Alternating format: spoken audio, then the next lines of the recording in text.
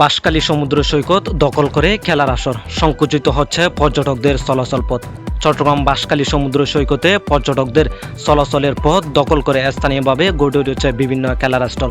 ওরা আমাদের থেকে এখান থেকে খারাইলে এগুলা ওদেরকে একটা জায়গা দিয়ে আমরা আসলে আমরা এখানে দেখতে পেয়েছি এই যে নেট গুলো দিয়ে যে একটা বোতল যে খেলার একটা ব্যবস্থা আছে, এই যে মানুষ হাঁটার জায়গার মধ্যে, এটা আপনার দৃষ্টিতে কেমন দেখা যাচ্ছে?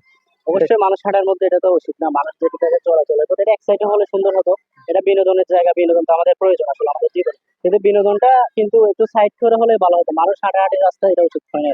তাদেরকে এখান থেকে আমরা 5টা বল দিব, 10 টাকা নিব, 10টা সেকেন্ড থেকে ওই 9টা ফেললে ওদেরকে একটা জায়গা দিয়ে দিব। আচ্ছা, ঠিক আছে। এটা হচ্ছে ওনারা যেটা বলতে চাচ্ছে সেটা হচ্ছে এই যে এখানে যে পটগুলো রাখছে সেগুলো যদি ফেলে দিলে, এখান থেকে সবগুলো ফেলে দিলে একটা মানে টাইগার দিবে।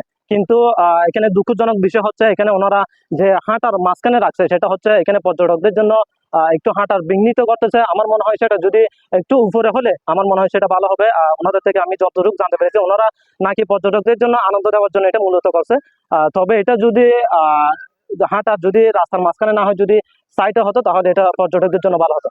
বিশেষ করে ঈদ পরবর্তী সময়ে পর্যটকদের ভিড় বাড়ার সঙ্গে সঙ্গে অনিয়ন্ত্রিত কার্যক্রম আরও চোখে পড়ার মতো হয়ে উঠেছে। সৈকতের বালুর স্তরে সারি সারি নেট দিয়ে ঘেরা ছোট ছোট স্টল তৈরি করে সেখানে বল ছুটে নির্দিষ্ট লক্ষ্যবস্তু বোতল ফেলার খেলা চালু করা হয়েছে।